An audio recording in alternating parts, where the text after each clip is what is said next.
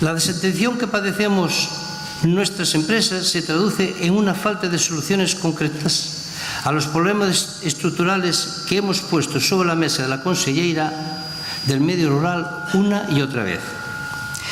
El que más nos afecta en esta comarca es el nemátodo. Hace 5 años, el Diario Oficial de Galicia certificaba la existencia de un brote de nemátodo de pino en el concello de As Neves y se establecían medidas para su control y erradicación. Fue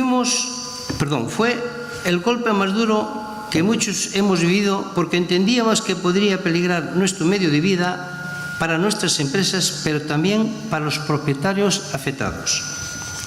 Por eso, las empresas fuimos las primeras en ponernos a disposición de la Administración para evitar la propagación del nemátodo y conseguir su erradicación.